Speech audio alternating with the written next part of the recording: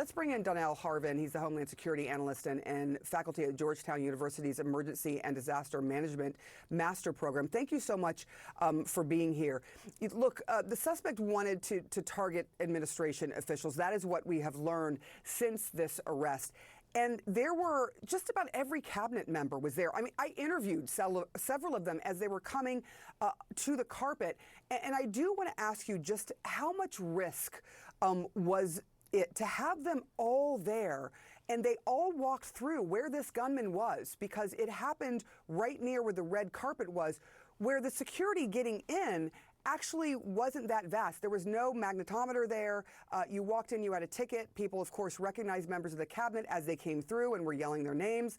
But this could have gone really, really terribly. Why have everyone there? How much risk do you have to deal with when that is the scenario? Yeah, this is unique because we've never had this type of event attack before. This is what we call a target-rich environment. And the targets are Trump administration officials, which this individual allegedly was targeting. Normally, when you have this amount of concentration of high-ranking officials, it's a national security special event, or what we call NSSC. And that's coordinated at a very high level with the Secret Service. In this particular case, the Secret Service was doing their job, as you saw in the previous interview with the former Secret Service agent. But all these other cabinet members have their own security. FBI, all these high-ranking officials have their own security. So it's unclear whether they were coordinating. They may have been caught flat-footed in terms of thinking that this was a target. They won't be caught flat-footed again. Yeah, it's a really good point. I do know that some members of Congress were saying that they could not bring in their own security that they normally have with them because of the layers of security that were already in place. You had, the Metropolitan D.C. Police that were outside, and you had layers of security. And eventually, of course, the FBI came rushing in.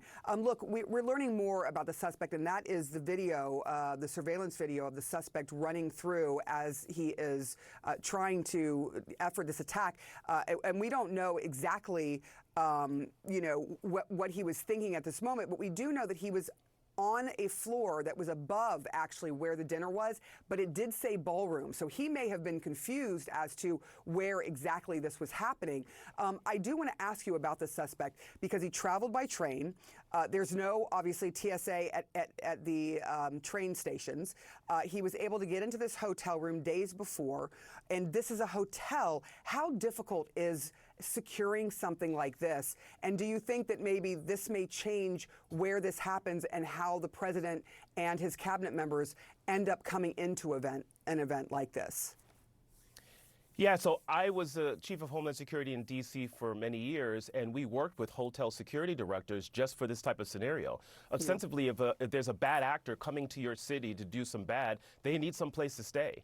And so we would work with hotel, especially after the Las Vegas shooting where that individual checked in with an arsenal. Right. And so we would work with hotel to pick out individuals like this.